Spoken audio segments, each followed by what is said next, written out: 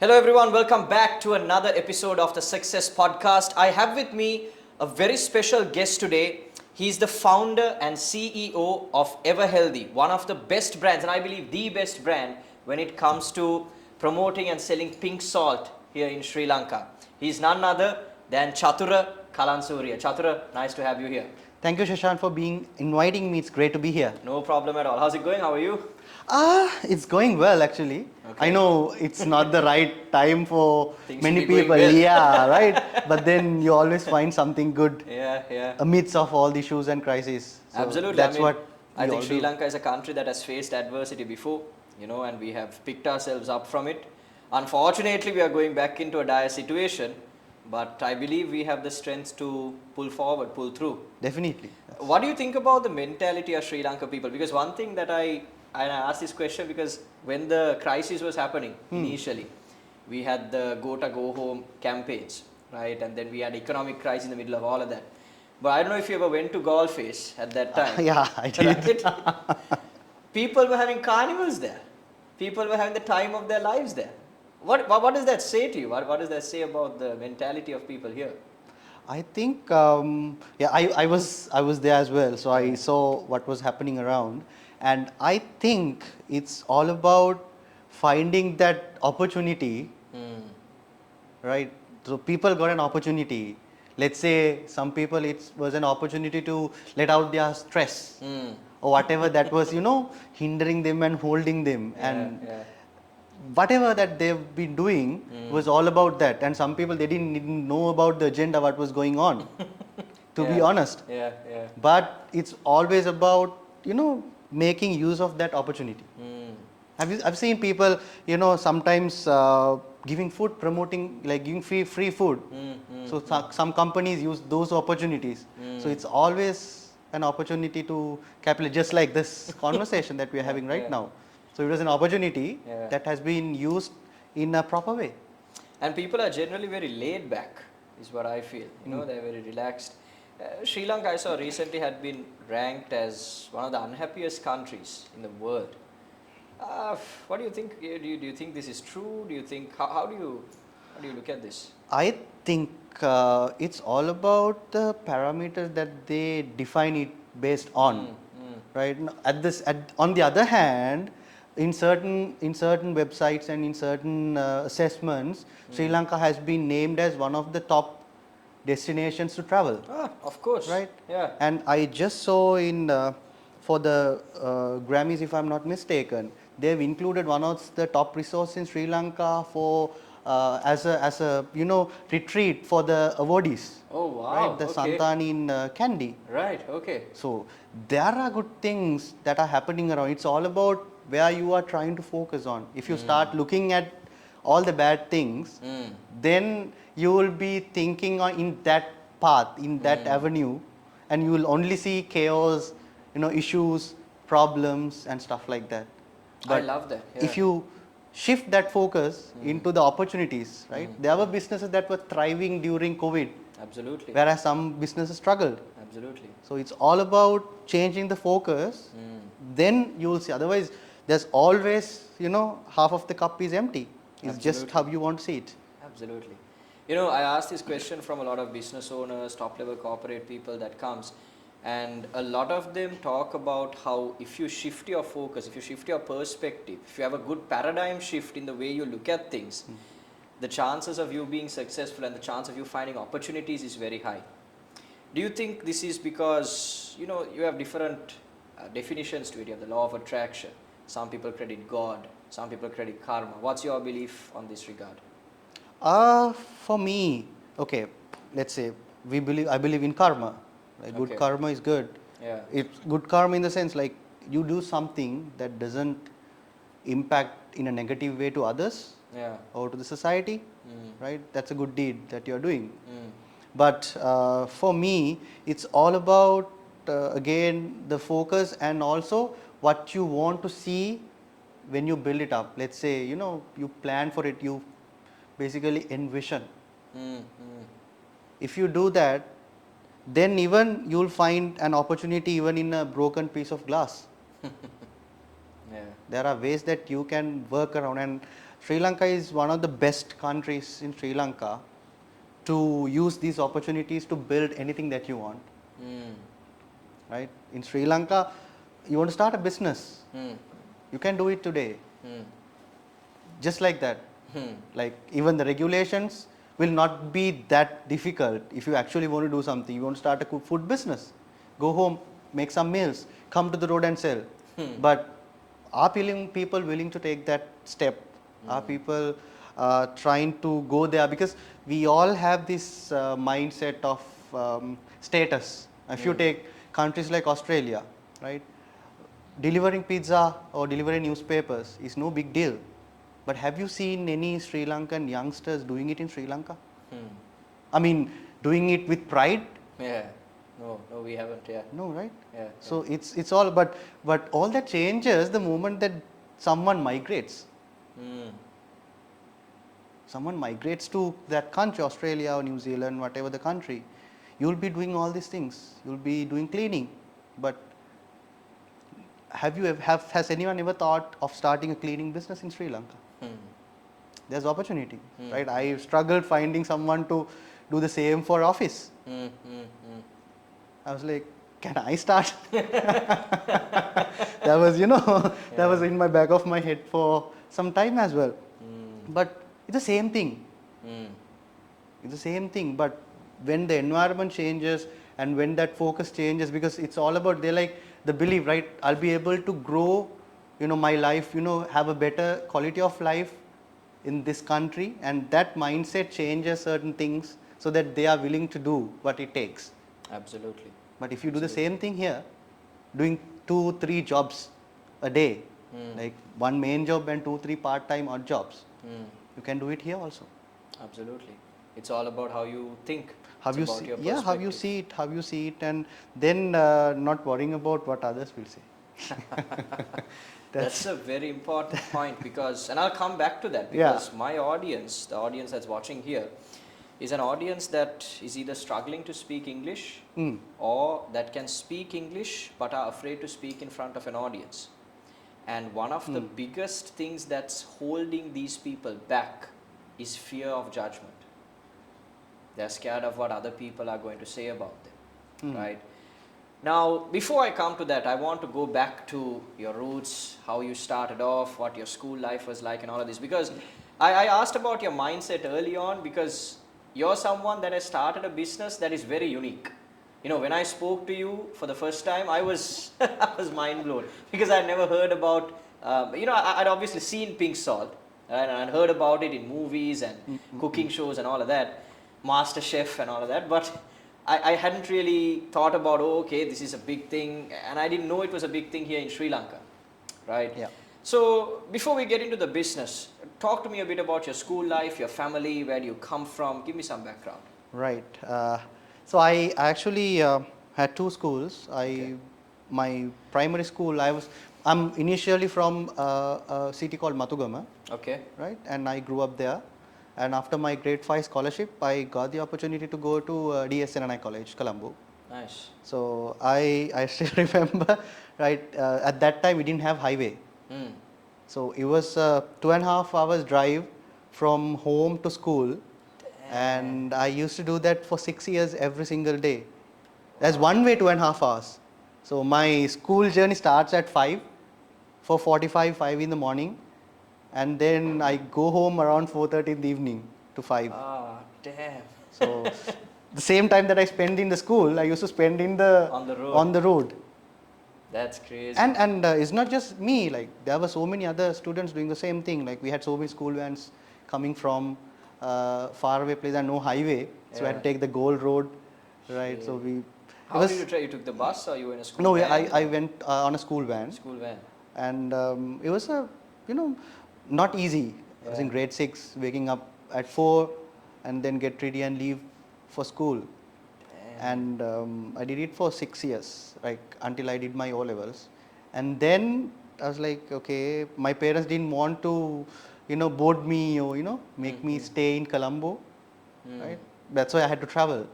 And for A levels, I was doing maths. Okay. I was planning doing maths and couldn't do the same thing because you need time to study when it comes to A levels. So I had to make a decision. So I was like, okay, I'm going to go back. I'm going to go back to Mathugama. Oh, So I shit. left DS after O levels, Right. went back to Mathugama. Okay. Right, and personally, I think that was one of the things that actually opened up my mind to see the opportunities. Until I was in DS, like I was like a normal student. I had never spoken in front of a crowd as well. Right, I did music in school. I was in the school orchestra for 5 years. We did some shows, but nothing related to speaking in front of a crowd. I mean, I have done one or two, but that was for like for a meeting, for an assembly, but nothing significant until I went back.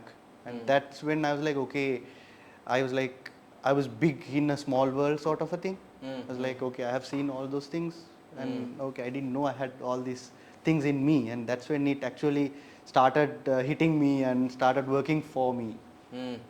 So 2 years. So outside of the orchestra, did you, I mean, did you have time to do any sports? That was actually the challenge, right? I mean, usually a sport, if you go for any sport, Yeah. the practices will end around 4:35, Exactly. and then there's no time to Go go back, and again next day morning Come back. come to back school. to school. So Yeah. that actually stopped me doing a lot of things, even though there were so many other opportunities. But I worked with the music. I loved music, so that's something that I still do on my leisure. That's very nice. Right, and so I actually didn't have time to do anything else. But music actually helped me a lot, because it's complementing what I was doing that time, like maths and all these things. So balancing two actually helped me. Did you have a lot of friends in school? Were you very academic? What was your school life like? Not a super academic person, Okay. not a super academic student, but yeah, I managed to pass. I mean, I got 8As and 1B for my O That's levels. pretty academic. But not because I studied hard, right? And also one of the good things that my parents did was, like, they put me into English medium from Oh, grade wow, 6. So okay. I did my O levels in English medium. Nice. Even though you say that, Yeah. not all the subjects back in the day, Yeah, we yeah, had subjects that we do history in and all of that Sinhala, in Sinhala, yeah. right? History, Sinhala, Buddhism was in Sinhala, Yeah, but certain subjects like science, maths, some other subjects that Were we in English. Yes, so that Okay. actually kind of helped. But then again, it's all about, as you know, right? It's all about writing, reading and writing. Yeah, Very yeah. less opportunity when it comes to speaking. Yeah, and the reason I asked whether you have a lot of friends is I want to know whether you were someone that was introverted when you were back in school, because you come across now. How we got to know was when I joined the Toastmasters club that you're Yeah. in, and then you came up and spoke to me. You were very open, extroverted. Were you always like this, or?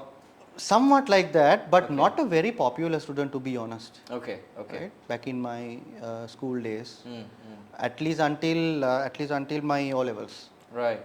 Right, I was known around, but not like well known, or like big shot, to be honest. So that's how things have been, because with the things that was happening around, it was not easy to get involved with so many other things. But I was like a good student, like in a way, Yeah, yeah. not super bright, but managing stuff. So what I'm trying to say is, it's you don't have to be the best all the time. Right? It's not about, it's just the best students will achieve things. But you So- were very academic when you came to your A levels, because Nah, okay, I can't say no, but at the same time, I You- can't you say obviously can't say yes. no. I can't say yes also, because the same decision I took, okay, get back to Mathugama yeah, after my O levels. Yeah. This is something few of other students also did. Few of my friends, okay, like those who actually went to Colombo schools after O levels, they again decided to get back to Kalutara, like Mathugama. So there were a couple of reasons. One reason is the Z score.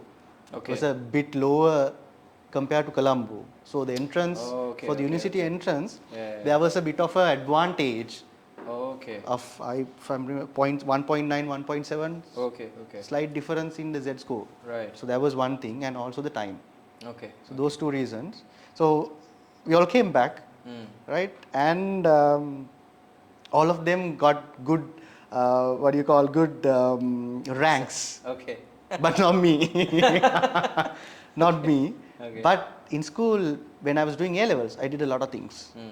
So that's when I started talking in public. I was known for so many, speaking and comparing, announcing, so things like that. I did a lot of, extra stuff in my A levels during my A level times. That's when I got the hang of it. Like, okay, this is something interesting. Now you said your parents put you into English medium, right? So obviously you got some exposure as a child to speaking in English. What's your home background like? Do you speak in English at home or is it Sinhala, predominantly Sinhala? Predominantly Sinhala, but my mom was an English teacher. Oh wow, okay. Right, and but she was busy with so many other things. Yeah. Right, so she never had time to teach me at home, to be honest. Like, I've never had a single English lesson at home with my mother. Okay. Right, and even my father, he's also speaking English, but even though they speak English, the household we usually speak in Sinhala. Okay. Right. Yeah. They understand and they speak Sinhala. Both of them are government servants. Right. Now they are both retired. My dad worked at the parliament as an director administration, Wow. Okay. and now he's retired. And my mom also retired. Okay. She was in education sector for 40 years. Wow. And so I think I had that influence, but at home we rarely spoke English. To be honest, I mean, even though we could, it's natural that we spoke Speak in Sinhala. Sinhala. Yes. Learning to speak English, did that give you an edge in your school life? Did that give you an edge once you left school? Yeah. So when you ask that, so when I came back to my A levels, to my previous school, so I did my grade 1 to 5 in Ananda Shastralaya, Mathugama, and then for my A levels I went to DS. Sorry, O levels after grade 5 scholarship, and I came back to the same school. Okay. Whereas it was not the best in Mathugama. There was another school which I would have gone to, but I wanted to come to the previous school. Right. So there was this opportunity for a group, for I think 3 students. There was a conference. It was a fair, like a conference happening in Japan, Okay. Kyoto, Japan. Right. And we had to purchase the tickets, but everything else they've sponsored, like the stay and everything. So it was, I think, couple of months when I came back to Mathugama, and then that opportunity came up, and I was one of the first students. Like, okay, I want to, join. Yeah. And then I actually got the opportunity. Okay. So a couple of months, then I was in this is 2010. I was in Kyoto for a week. So yeah, English actually helped me in certain ways to get the opportunities, capitalize on the opportunities. But I was not a pro speaker per se, but knowledge, the knowledge, English knowledge actually has helped a lot. What happened after your A levels? What was your higher education like? Obviously I did maths, Yeah. aiming to attend to the engineering faculty. Yeah. But in my first year, my results was A, B, C. Okay. And A for physics, B for combined maths, and C. I still believe that C is like, barely a C, most probably in the S range, right? Yeah. So I actually didn't get the opportunity to go to the local engineering faculties, but I was certain that I'm not going to do it again. Okay. I told my mom also, like, whatever the result that I get, I'll do something, Yeah. but I will not do A-levels again. Yeah. another year. And that's when I got an opportunity. Actually, this opportunity is still available. So if anyone who's watching, right, so the government of India offers certain scholarships for students based on A-level results, and it still happens. Okay. So it is offered for engineering, I think for commerce and arts. Okay. They don't offer it for medical field, but for biotech, I think. So there was this scholarship scheme which I applied. So, and I got it.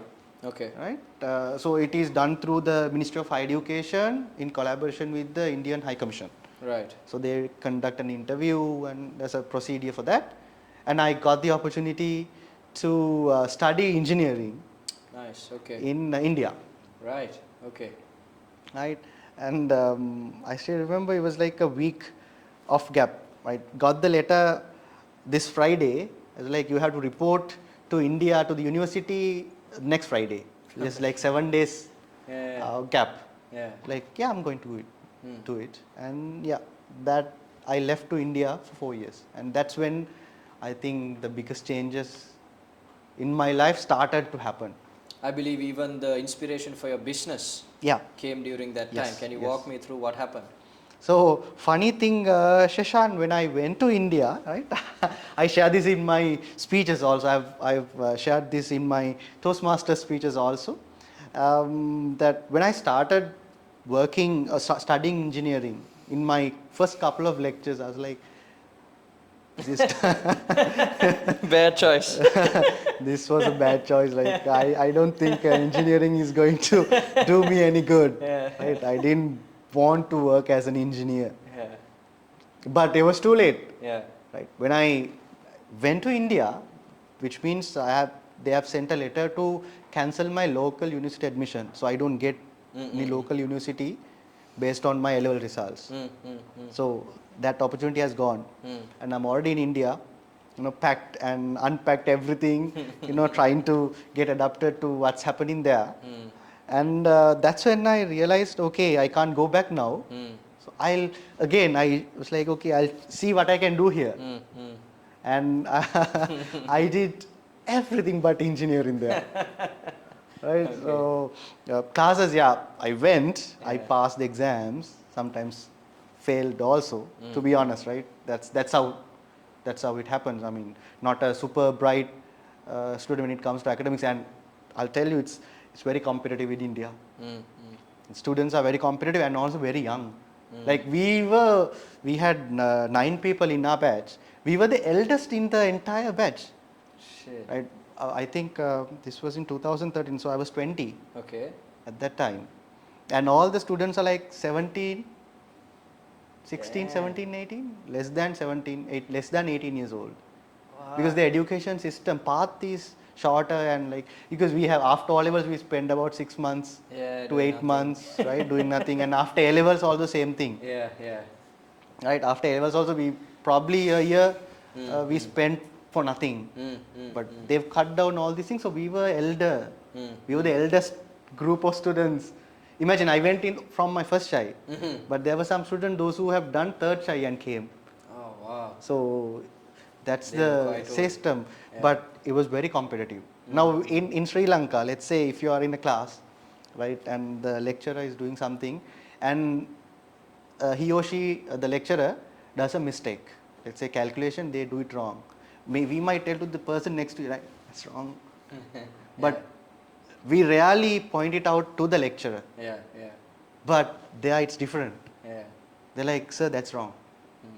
They stand up for it and then they used to correct it. So it was a very different experience studying in India. It was very competitive and challenging as well, because they were very smart and bright, and I think that helped us also. When you are in that sort of a group, you get pushed, Yeah, even though you don't absolutely. like it. Absolutely. So that actually helped. But in terms of other things, I did so many other things in the university. So I was the foreign student representative for 2 years. So we had students from over 30 plus countries, Wow, okay. right? Yeah. We had African friends, so Mozambique, Zambia, Tanzania, Kenya, all these. Like I still am in touch with certain friends, and people from Afghans, Nepal, Bhutan, around the country, SAARC countries. So students from there, and also students like NRIs, non-resident Indians, those who are especially from Okay. Gulf region, they were there. So a lot of it was a good mixture, and working with a lot of students actually helped me get different exposures, different experiences, and I think we enjoyed the university life. It was like free and so much and so forth. We had so much fun. How did the inspiration for your business come about? So it happened in two ways. One is that okay, I saw the pink salt is being used in India. It's commonly used, is it? It's commonly used and it's available on Amazon. You can just order it and get it. Okay. Right? Even in supermarkets, it's available. But this was 2013, and it was not a thing in Sri Lanka. So when I was coming for vacations, I used to bring a few kilos of salt, 2013, just to see and just to show, like when we buy some stuff that are interesting that we see online. So I used to bring it, and that's when it hit me like, okay, this will be a good product. And at the same time, my dad has seen this. He has seen this in Malaysia. Okay. So they've been using this pink salt to treat certain ailments, especially diabetic patients, to do some sort of treatments. So he has also brought some samples. So then it was like, okay, this is being used in other countries, but not popular in Sri Lanka. So that's when I came back for the summer vacation after my first year, that's when I registered the business. So I was an undergraduate at that time. So by that time, so I mean, in the span of just a couple of years, you knew, okay, this is something that I wanted to bring down. This is something I wanted to do. So it was just another idea, to be honest, right? Okay. I mean, I didn't think it will be successful. It's going to take off. I mean, obviously, I wanted to be, but registered the company, and then I went back to India. How did the name of the company? What was the reasoning behind the name of the company? So actually, this was renamed later. Okay. At that time, this was not the company, and right now it's a private limited company. Yeah. But back in the days, I registered it as a sole proprietorship business named Lal Overseas Operation. Right. Okay. Right. And then I wanted to have a brand name. That's how it evolved later on to have this ever healthy. Because I didn't want to just sell pink salt. I wanted to attach a brand, because people don't buy products, they buy brands. They buy brands, absolutely. So I was like, okay, it's time. So it came in later. And also there's a story for that brand also. I didn't want to restrict to pink salt. That's why I didn't link the brand with pink salt, so that I wanted to diversify it, have the opportunity to diversify it in the future as well. So pink salt was like a stepping stone that was in my mind back in the day. So this was around 2019, 20. Okay. Right? What is pink salt? Is it any different to the regular salt that we use? What are the benefits of using pink salt? Okay. Pink salt, science lesson. Okay. So all of us we've learned, right? There are two ways that we get salt. One is the sea salt from the evaporation of seawater, and the second one is the rock salt. Rock salt is through salt mines. So we all have seen sea salt. That's what's available in Sri Lanka, but this is rock salt. So these are extracted from underground salt mines. Okay. Those salt mines are like the sea water that had been deposited over millions and millions years ago. Right. Okay. 200 plus millions. Right. Okay. That's when even there was any life on Earth. Okay. Yeah. Right. So when the mountains were erupting, that seawater has deposited under the mountain beds. Right. And it had been there for millions of years. And it's not just one salt mine. There are salt mines across the world. Poland, Czech Republic, Romania, all these countries, there are so many rock salt mines. But the one in Pakistan, back then India, is the one that has the edible properties. So the other salt mines, if you take other countries, they use it for industrial purposes like de-icing and stuff like that. So these deposits are the only deposits in the world that are edible, is it? There are few other, but this is the most popular. This is the main one. Yes. This is the main one, and I had been to Pakistan to see that. It's amazing. Really? Right? Yeah. So last year I went to those salt caves. Is the supply of it limited? It's a scarce resource like crude oil, right? There will be no production of it. It's a naturally existing and it's limited, but there's so much. And I think they started extracting this commercially not so long ago. Maybe a couple of decades, right? Okay. I think late 90s, 2000s. That's when it started commercially.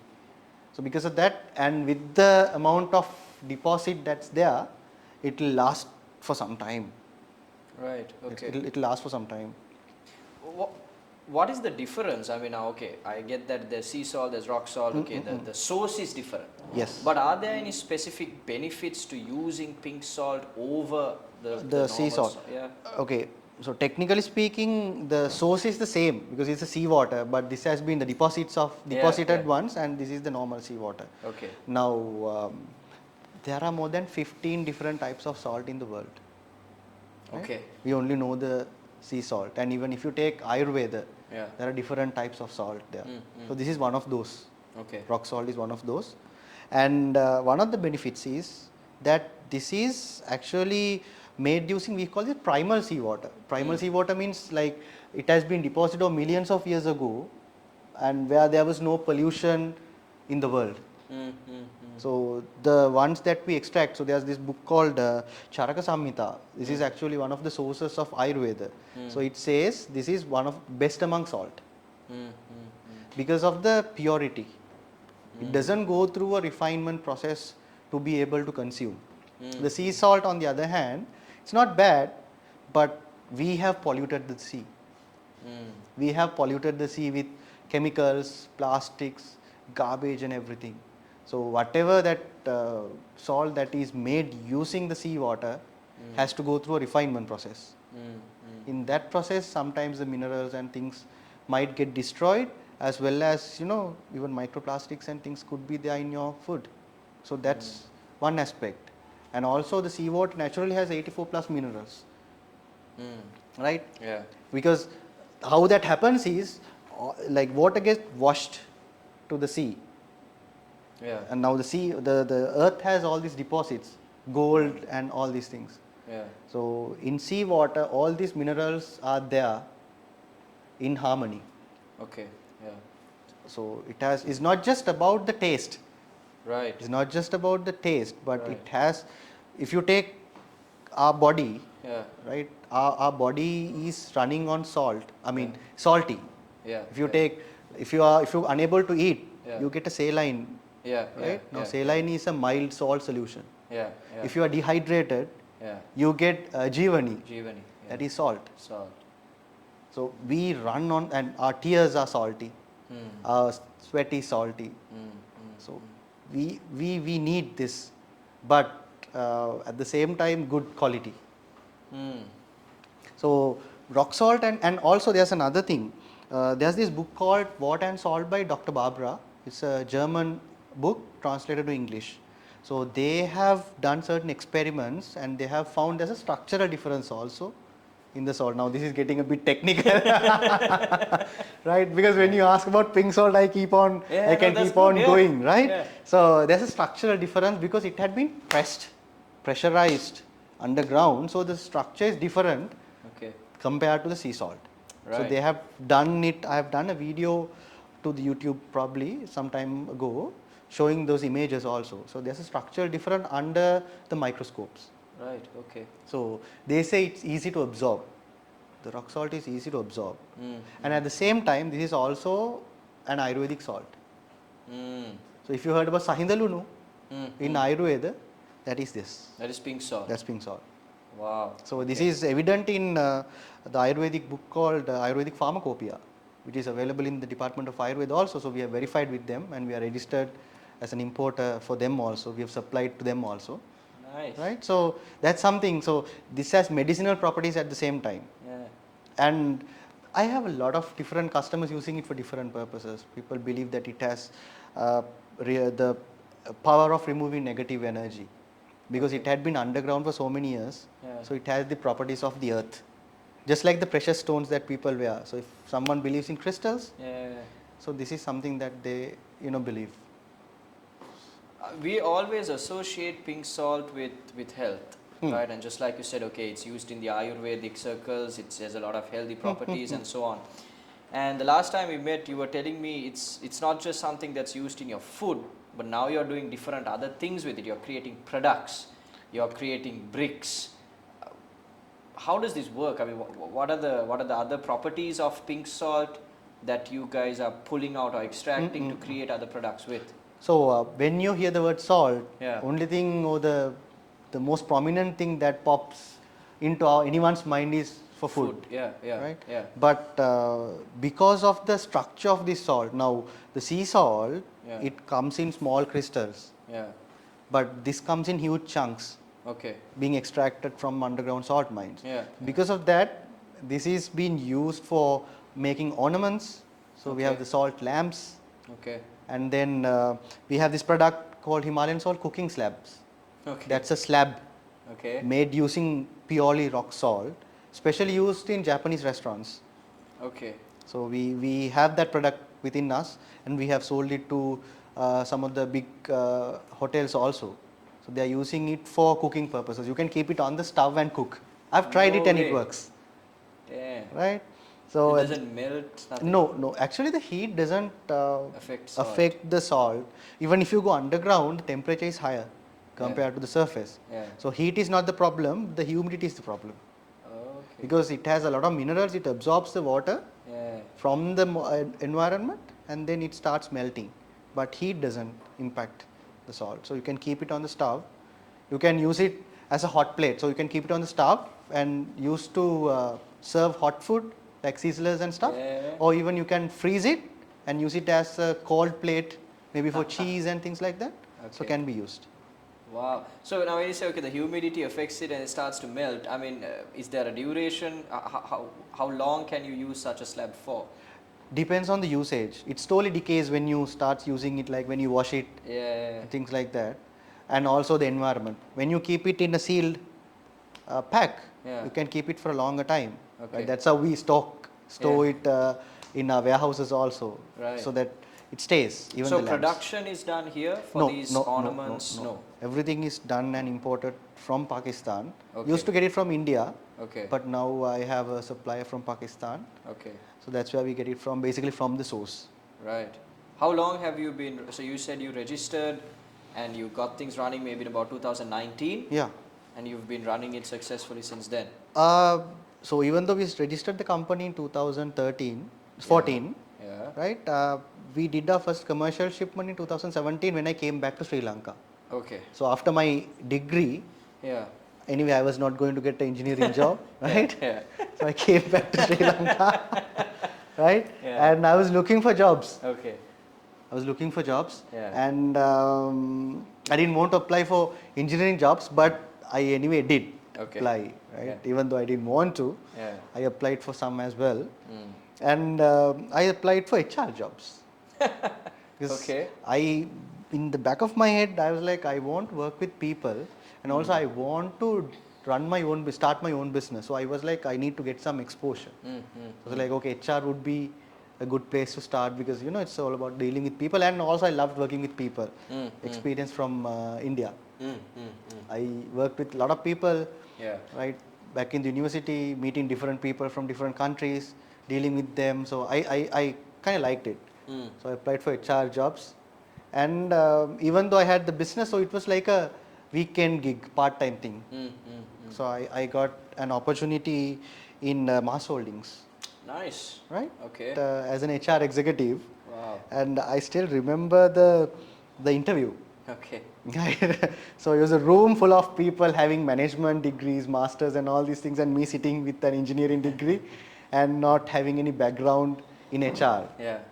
And when I was in the interview, it was Prasant and few others. They are still there, right? And they asked me like, why should we, why should we hire you? Yeah. And I was like, I don't know anything about HR, Yeah. to be honest, but I love working with people.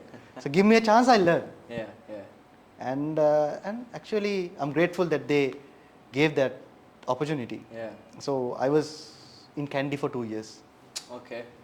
and handling HR in a factory, like we had about 1,000 employees, not knowing anything to start with.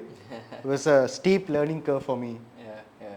Right? But it was challenging, yet was also very, very educative. I learned a lot, Mm. especially working in a company in that scale, Mm. Mm. seeing the processes, how they implement, the way that they work. It actually shaped me to run my own business as well. Mm. So I worked there for 2 years. At that time, this was a part time. Mm. Mm. So Monday morning, Sunday evening, we get the transport to Kandy, Hmm. 5 days in Kandy. Friday night we come back to Mathugam. So it's like 6 to 7 hours journey Yeah. to work. Yeah. And Saturday, Sunday is my Business days. Yeah. That's where we used to do the packing, and it was my home. Mm. Like the warehouse was my home, factory was my living room. Like, so we clear out the furniture, Yeah. and it was my mother, father, and my sister, and some relatives. So we were like the employees doing the packing and all these things, and then putting it to outlets like shops. That's how it was for 2 years. Mm. And then there came a time where I was like, okay, I can't grow this anymore if I don't have enough time to focus on like just the weekends. So that's when I was like, okay, I'm going to quit. And it was a risk Yeah. at the same time. Yeah. So funny thing, right? When I got the engineering degree, when I came back to Sri Lanka and I'm looking for jobs, Mm. right? When you are having engineering degree, you have a set path. Mm. You get into a good company and you have a career path, you can grow. Mm. And I'm like, I don't want to do that. They're like, why? Mm. Have you done something else that you're, like just telling that you've done an engineering degree, but have you done something else? Yeah. Yeah. Right? But so changing that path to something that was controversial at that time, right? Engineering degree going into HR. Basically, I think 1/3 of the salary that I would have taken as an engineer, Mm. I was okay because I enjoy. Mm. How was the pressure from home? I think that was my biggest strength. No, I biggest mean, strength. yeah, because Wow. my parents were very supportive, Mm. Mm. Mm. very supportive. Because anyway, I have told them long back, right? That Hey, I'm engineering not is going not your to, thing. I'm not going to, be an engineer. Yeah. So I think they've set their mind, they've set up their mind by the time I got graduated. Mm. So I very supportive, to be honest, and that actually helped me, I believe, to be where I am today as well. Mm. Mm. So engineering into HR, I think this was one story I shared on LinkedIn Mm. that got about 100,000 impressions, and it got a lot of attention. I wasn't expecting. So the title I still remember. I quit one job to start 100 jobs. Okay. So in 2019, when I quit, Yeah. just like so engineering to HR, then I was doing well. When I said I'm going to quit, so it was not. There was a pressure from the office actually. Mm. Mm. Like, why do you want to quit? Like, you have a good future here. It's a good company to be. Right? People are trying to get into such companies. So you get a couple of promotions. You can be a manager in a couple of years. It's like, but then I explained this is not what I'm going to do. Mm. Mm. And then the moment that I quit is when I realized things are not easy as it seems, right? Easy as it might be, right? All of a sudden, like, there's nothing. Yeah. There's nothing. I mean, no status. When someone meet and ask you, right, what do you do? Yeah. If you are in a company like that, Yeah. it's just a one sentence. Yeah. I work in so and so company. Yeah. And that's the credibility. Yeah. But for me, it's like a 15 minutes introduction to me, what I do. And usually it evolves from pink salt. Then the person, just like you, asking what is pink salt, and then I'm giving a short lecture on pink salt. So from one sentence to it became like a 15 minutes introduction to what I do. Right. Yeah. So it was not easy. Absolutely. And people thought I got fired. Right? Okay. Nobody like changes. Nobody leaves like, MAS. Yeah. and then say that I'm going to start my own business. Yeah. Yeah. Yeah. They might leave for a better opportunity. Yeah. But so those controversial, it was again a controversial thing that I did. Absolutely. And in the worst possible timing. So this was end of 2019. Oh God. That's when I Beginning quit. of COVID. That's when I quit. Yeah. I quit December 24th in Right. 2019. Okay. And January 1st, I was like, okay, like the new, it's going a new chapter in my life. Yeah. And just 3 months, COVID hit in March. I have a very similar story to that. So That's crazy. then you know how hard it would have been, and Absolutely. it gives you a lot of mental pressure, Yeah. right? Knowing like, did I make the wrong move? Did I take the wrong decision at the wrong time? Because you would have been what, 26, 27 at Yeah, this time? yeah, Yeah. around that. Yes, 27. 27. And that's a That's an age where you start to feel that pressure, isn't it? And it's almost like a midlife crisis that you. What did I do? What did I do? What did I get I had myself a into? great job, and now Right. I'm stuck And I've here. been praising this when I quit, Yeah. and now I can't go crying also. Yeah, yeah, absolutely. Right. So there's a lot of, but one good thing was that I had the freedom or the independence to do what I want. Mm. Like that, I think that was one of the biggest privileges that I had, because both my parents were working. Yeah. So like taking care of my family was not on my plate, to be honest. Right. And that actually was a benefit, I'm telling. Absolutely. Otherwise it would be much more pressure Yeah. trying, because I have people that are waiting Depending for on you. depending on me. Yeah. That was a privilege. I mean, I was lucky to have that, Absolutely. to be there, and was the toughest period, right? Absolutely. It was like, Starting your own business in and of itself can be something quite tough, but you started at the beginning of COVID. That's where a lot of businesses shut down, so a lot of people got unemployed. yeah. It was not an easy time for business at all. How did you navigate this period? How you're doing now? So back in the day, I mean, before COVID, I started 2017. So 2 years Yeah. we were basically giving our products to outlets. Mm. So they were selling the products, the salt, and then that's how the business was. Mm. But when the COVID came, the outlets shut down. Yeah. So that's when I was like, okay, it's time to switch online. Okay. So that's when we started the online platforms, the Facebook pages. Mm. I quit, that's when I started, Mm. and COVID came and I started capitalizing on the same. Mm. Like social media channels and also online sales, Facebook marketing and all these things. Mm. But still it was so tough. Yeah. And I was based in Mathugama, Yeah. right? Yeah. So and my target customers or the ideal customers are in Colombo. Absolutely. So the cost is not friendly, it's not in my favor when it comes to delivery. Like you order something, if the delivery price is half of the product's cost, Yeah. people don't tend to buy it. Correct. Right? Yeah. You pay 700 for the product and delivery is 400. Yeah. So it was tough, Yeah. but still managed to somehow survive for a couple of months. But at that time, was all the savings and credit cards, all these things, right? Financial issues. It maxed out credit cards, and I was living in my parents' like my home, and trying to find a way out. How was the mental challenge? Because obviously you would have felt down, you would have felt stressed out, anxious about the future. Am I right? Yeah, absolutely.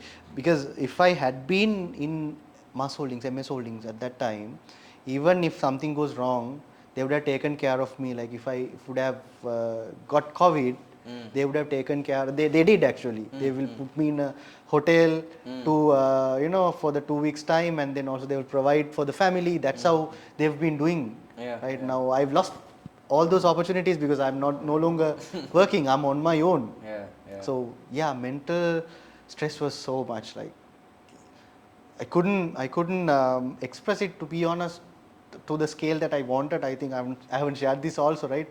That uncertainty, and especially for something that we have not experienced. That's the uncertain. That's the biggest issue. If it is something, let's say floods. If people have seen floods, it's just like tsunami happened in 2004. When the sea went back, people went to See what was happening. see what was happening, and then try to capture the land, Yeah.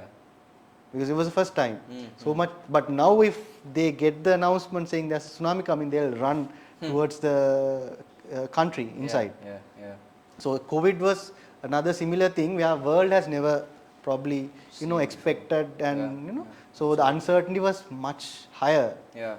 and the stress was much higher, like think what to do, and things like that.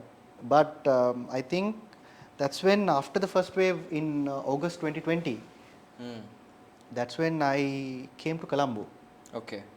and I started my outlet. Started an Nice. outlet in Colombo, in Nugegoda. Nice. And it lasted for 30 days, Okay. right? Because the second wave came in September. So Shit. opened in August 20th and closed down in September 20th. Damn. because the second wave hit. Again, the travel restrictions and things like that. Now, what did you feel in that moment? Right, the outlet like had a small opening, had we put products out there, and again it's like felt like okay, I'm back to square one. Square one. Yeah. Yeah. So many ups and downs. Again thinking what to do, but I stayed back in Colombo, and ever since I'm still staying here in Colombo, like based in Colombo, because this is where my customer base is and also opportunities are here. Then we switched to online. We built the website, and we did the rebranding of the product. That's when the Ever Healthy came, and we changed the packaging, and a lot of things we did, and we switched to online courier, started delivering through online. So I think from that point onwards, for 2 years, I have worked every single day. Okay. Right? Yeah. I worked every single day. That was a story I shared on LinkedIn also. Right? From I quit one job and started 100 jobs. Yeah. Right? Like everything. Let's say, responding to customer inquiries, then packing the orders, Yeah. giving it to the courier, sometimes delivering it to outlets, collecting payments, and handling customer complaints, coordinating with courier company to make the deliveries, doing the product photography, doing the social media marketing, and posting on social media, the Instagram stuff, everything. Had to learn certain things, and not only that, basically, let's say, even cleaning up, right? Back in the office, we had different departments for all these things, but now there's none, and nobody knows about your company. Like your social status suddenly drops Absolutely. from executive at MS Holdings to CEO of unknown company. Yeah. The title is higher from executive to CEO, but nobody knows about the company. Absolutely. Right? So that social status was gone, Yeah. Yeah. and that actually was a hit, and it took some time to revive with the things happening around also. But again, is the focus. Right? Absolutely. It's a focus. You went all into your business, and then now it has come to a good level. Yes. Yes. Still, we always have a better place to be. Yeah. You always have a better place to be, right? But looking back, it's been a decade long journey, right? I think we are in a really good place compared to what we have done and where we have been over the years. And my family has been the biggest support. So for 2 years, funny thing, when I was doing everything by my own, right, responding to customer inquiries, but I think nobody knew that this was a one-man show, like a company run by a single person. Yeah. Because I was like, okay, so I get an inquiry, like, okay, let me handle this to the operations team, and I get the call, right? Yeah. I'll pass your number to the sales team, and I'm the person taking the call. I'm the one who's replying also. Yeah. Yeah. But then it taught me a lot of things. Absolutely. Yeah. It taught me a lot of things when it comes to doing certain things. And I'll tell you, it had also have its own cons as well. Now, it's good that I learnt everything, but then I had a lot of so these are issues, right? You see all the bright side, but there's a negative side to that also. I had a lot of issues when it comes to delegating. Will this person do the same job as I used to do? Can they take care of the customers the way that I used to take? That is something that I think a lot of founders struggle with. Yeah. Myself included. I really have a tough time letting go of certain tasks that I know I'm really good at, and I'm really worried, can this person do it with the same capacity? Same capacity, same level. Will so it was good learning curve, learning experience. At the same time, it had other negative impact also. So that was one of my challenges to overcome, which I have done. I think not 100%, to be honest. Yeah. But up to a good extent, yes, I have done. But that's also another downside. But everything has its pros and cons. Just focus on the good stuff and then work on it. Talk to me about your journey as a speaker. You're a Toastmaster, you're a corporate trainer. Talk to me about this side of your life. Okay, so this is something I believe. It's that you are as good as how you can talk, Hmm. how you can communicate. Hmm. You are as good as that. Hmm. How can I tell I'm an expert in this field if I can't articulate it in the right way? Absolutely. Yeah. So it is something that I believed for a long time, and I realized it that I have that sort of skill back in my A-level days. Mm. That's when I started talking in the assemblies, right? I was like the backup, speaker, Mm. backup speaker when it comes to if someone doesn't show up, Yeah. I'm the one who goes on stage. Yeah. So I have done so many comparing and things like that, and I was like, okay, this is something interesting. Mm. And when I was in MAs, Mm. I used to do internal trainings. I was in the learning. I did in learning and development, Okay. and for that I had to do internal trainings for members and also pipeline, managing the pipeline for recruitments and things like that. So I got the hang of talking to people. I got the opportunity to talk to people, Mm. and I loved it. Mm. Right, and then I was like, okay, this is actually helping me. Mm. Right, helping me to uh, be a be someone better. Mm. Let's say you have group of 10, the one who can speak better, Mm. even though they all have the same qualifications or exposure experience, the one who can talk will be highlighted. Mm. So that's something that I realized, and I have started using it Mm. for my benefit. So even Absolutely. at MAs, used to do comparing all this, public speaking related, doing trainings. I was an internal trainer doing certain trainings, comparing all the events happening within the factory. Mm. So those opportunities actually helped me build my confidence, Mm. like taking that opportunity. Mm.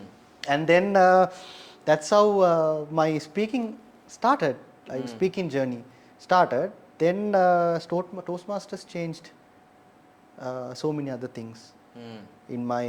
in my speaking journey. I was so one thing I wanted when I started my own company, like, right, the other thing was I wanted to become a trainer, Okay. right?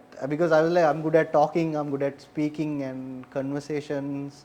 Maybe I'm good at teaching something. So I was like, I want to become a trainer, Okay. right? Then Yeah. that's when I quit my job, I did the trainer certification from City and Guilds. Sit. Okay. From Nice. City and Guilds, I did this trainer certification, but I never did trainings like for money. Like I didn't get into that space. Okay. But I was very passionate about doing trainings. Okay. Did couple of trainings here and there, and that's when Toastmasters happened. Okay. There's and specifically the Startup Colombo Toastmasters Club. So Okay. something popped up in my feed Okay. on Facebook. I was like, okay, let me give you a call, Yeah. and then I went, and I really liked it. Yeah. It was a different experience. I've been into trainings. I've been to train the trainer. Like I'm a trainer, but seeing that platform actually helped me discover another different aspect. Mm. Because no matter which domain you are in, you have to be a good communicator if you want to dominate. Absolutely. Doesn't matter. You don't have to be an entrepreneur. Mm. Even if you are a professional, you can dominate your own niche if you are a good communicator. Absolutely. So I once was in one of the programs done by one of the Toastmasters. Mm. So he's actually into industrial safety, Okay. right? And he's a trainer there. And he told how Toastmasters has helped him to dominate that field. So he's being hired by big oil corporations in the Gulf. He's Sure. from Gulf countries to do this trainings when it comes to ergonomics and safety, Wow. because they want someone who can convince the staff Yeah. and communicate it in the right way, because you tell it in the wrong way, Yeah. it will not be taken in the good way Mm. by the employees. So it has to be very subtle, it has to be very strategic. Mm. So just an example, you think, okay, ergonomics and safety and ergonomics. Mm. So whatever the business or whatever the profession that you are in, we If have you to know how to speak well. you have a very competitive advantage. Absolutely. So that's something that I believe, and that is something that I have seen people doing. So Toastmasters helped me discover that, and that's how I became like a trainer in public speaking and started, talking to people, because it was by accident. Like people liked it and they're like, "Oh, can you do more?" Yeah, yeah. Now you're and the president of the club. yeah, well, I'm the president of Startup Colombo Toastmasters for this term, Yeah. and we are having startup owners in our club, but not restricted to startup owners as well. We have professionals also.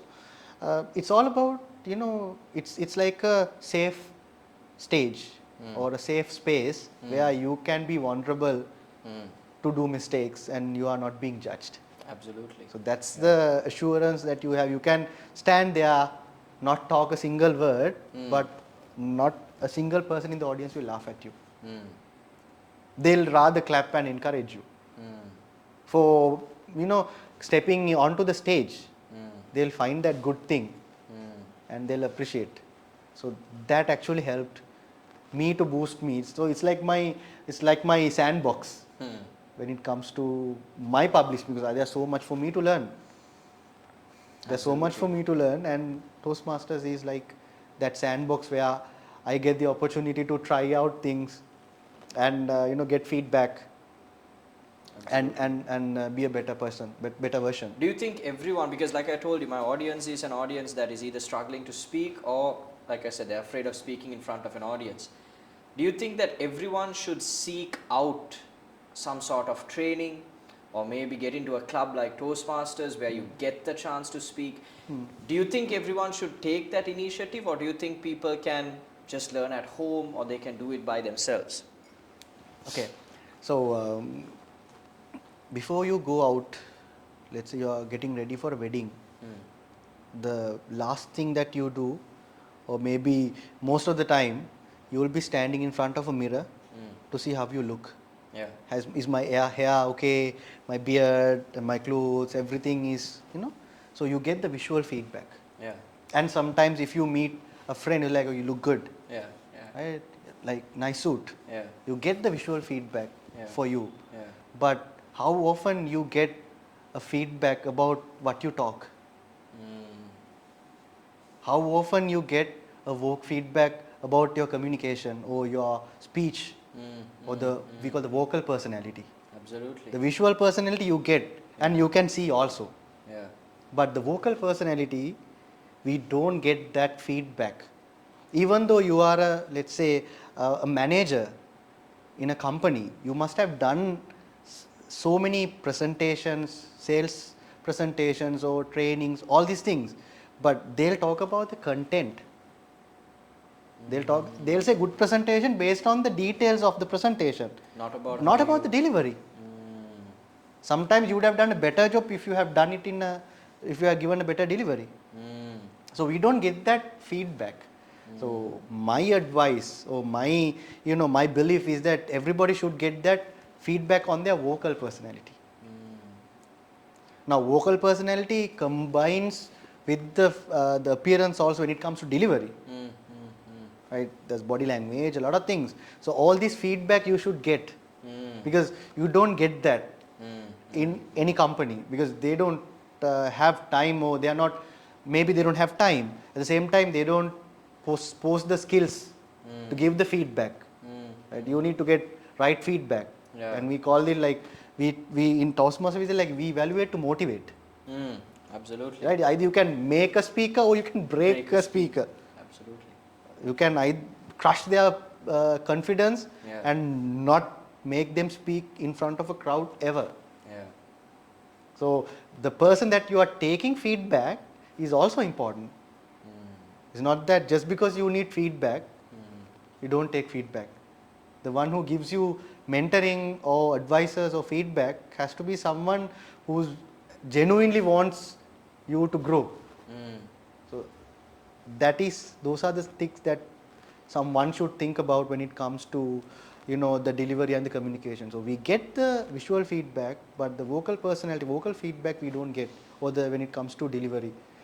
You do a training or a presentation for your degree, we talk all the time.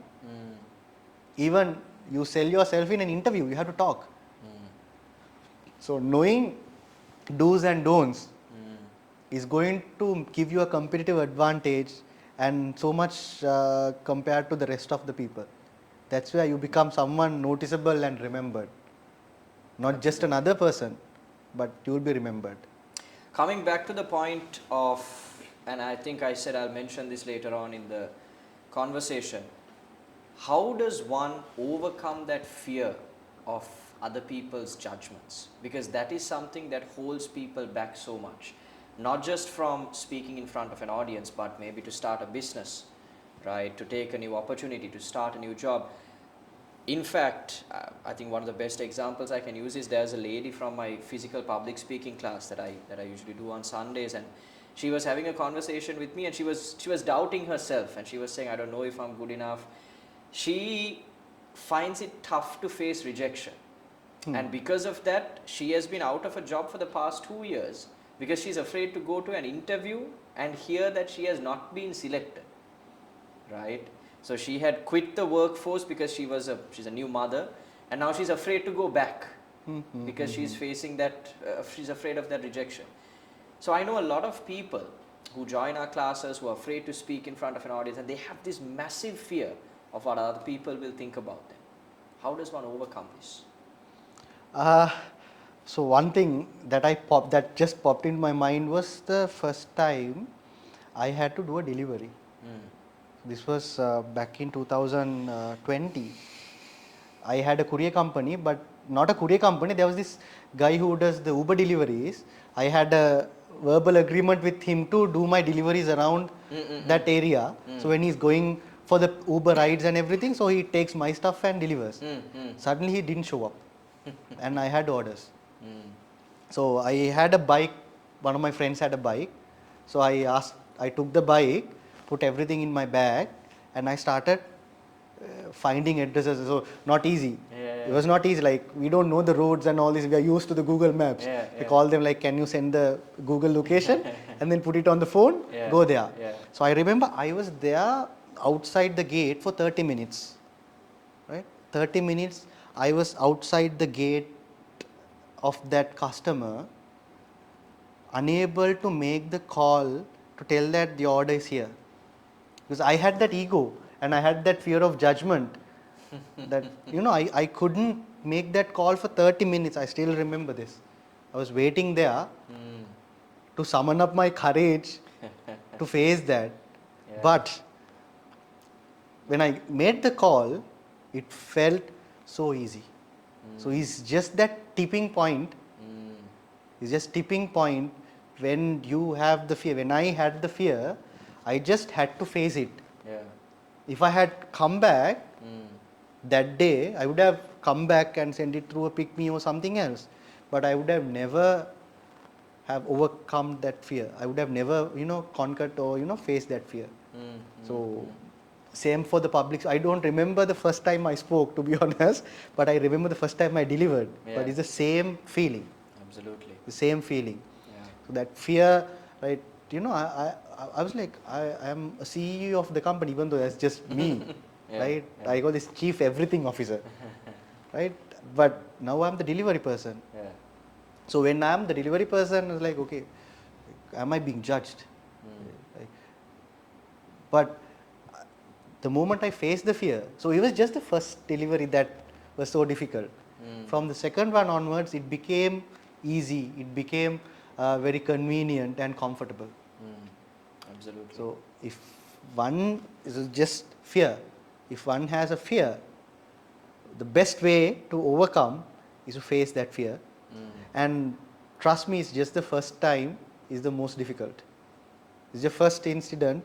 It probably will be the first speech that will be the most difficult, and also something like speaking, probably it will be the worst speech that you're ever going to give.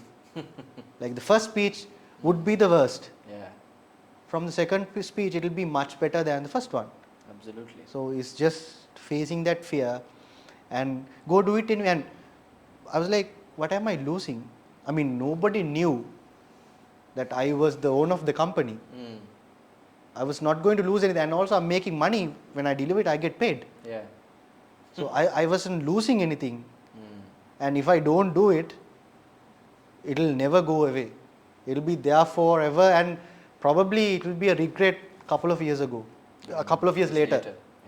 Couple of years later, I was like, I would have done that. If I would have done it, I would have been in a better place, right? I might not be here if I haven't done it. I don't know, but it all will start connecting. All these dots, right? Even though it's difficult, facing that fear would be the best. That's when those platforms actually help, because if you do a bad presentation in front of your office, even though they say we don't judge, sometimes it might impact your next promotion or pressure. Absolutely, yeah. Right? He did a lousy job. Yeah. That's one of the fears, that even though they want to speak up, that happens because in the company's point of view, they are not trying to improve public speaking. Yeah. Right? Even my company, I want better profits. Yeah. I want to grow the company. They want competent people. Competent people. Yeah. So often we hide the incompetency. Yeah. Because of that, we lose opportunity. Absolutely. So finding a space, and not just Toastmasters. I was trying out this ChatGPT. You can use that to practice public speaking. They'll do the evaluation. You give the criteria, they'll give the evaluation, and you can speak. No need to type. Yeah. So technology is also there, Absolutely. but human touch always has better, because it's all about emotions and feelings, which AI can't comprehend. But when it comes to any fear, just facing it will be the biggest step that you can do to overcome that fear. You can talk about it, you can have a conversation, you can learn about it, but the moment you do it is when you actually face it, and that's when you start getting rid of it. Absolutely. So face the fear. Chatara, we're almost at the end of this interview. So I would like to ask you this question. If you had to leave this audience with one final message, with all the experience you've gained over the last decade, 2 decades, because you're an entrepreneur, you're a trainer, you're a Toastmaster, you're a man of many talents, right? With all this experience you have gained, what is one message that you would like everyone in the audience that is watching us today to take into their lives and implement? Right. So I think whatever you are doing right now, whatever I am doing today, might seem irrelevant, might seem not related to what I am doing in the future or what I've been doing, but it will all start connecting the dots after a while. Now, when I look back, the things that I've done over the years, right, starting from my university days to even to my school days, everything, at that time, it was like a mistake. It might feel like a mistake, like quitting the job at that time, I felt like a mistake. But now I know at COVID, because I quit, the things that I've gained, the skills or the resilience and everything, at that time, not easy. So if you are going through a hard time right now, that's going to benefit you in the future. It might feel, even if you take a sad thing, something that is not happy, it might feel sad right now, but looking back, the big picture, when it starts connecting the dots, you don't feel the same. You feel better. Okay, I've been building this all over. Only thing is that we don't see it right now. You only see it sometime later, maybe a couple of years later, maybe a decade later, when you look back and then realize, okay, I've been paving the path to who I am today with all these things that I'm doing. It could be relevant things. So engineering to HR to pink salt. Right? And now public speaking and all this training and communication, all these things. They look mutually exclusive, but they're all connected. So everything that you do will be connected in the future. The odd job that you are doing, the part-time job that you are doing, or maybe the club that you are in, the association that you are a part of, or the network that you're building, all these things will start connecting at the right time. So it might feel uncomfortable right now. It might feel not productive, not fruitful right now. But when the dots start connecting, then you're going to see the big picture, and that's where you get the full benefit of what you've been doing. Each and everyone has this. It's not just nothing special. Just look back what you've been doing. That those things will come in handy when the dot starts connecting.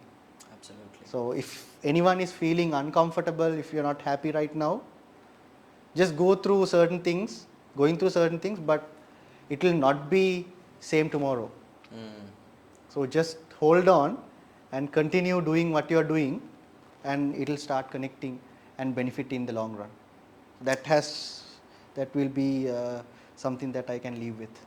Absolutely. Thank you so much, Shatura. Thank you for being here. Thank you, Shashank, for having me. It's a pleasure to be here, and it was a great conversation, and I enjoyed. And certain things I've shared for the first time also. So I'm glad we had the conversation. So all the best for your future, things that you're doing. I know you're doing a lot in the public speaking and communication space. Yeah. So great to be here. Thank you so much. Thank you. Have a great day. Yes, you too. Alright guys, so that's a wrap for today. I hope you enjoyed this video. If you did, make sure to subscribe to the channel, like our page, share this video with a friend, and let us know your thoughts down in the comments below. And most importantly, till our next video, keep practicing.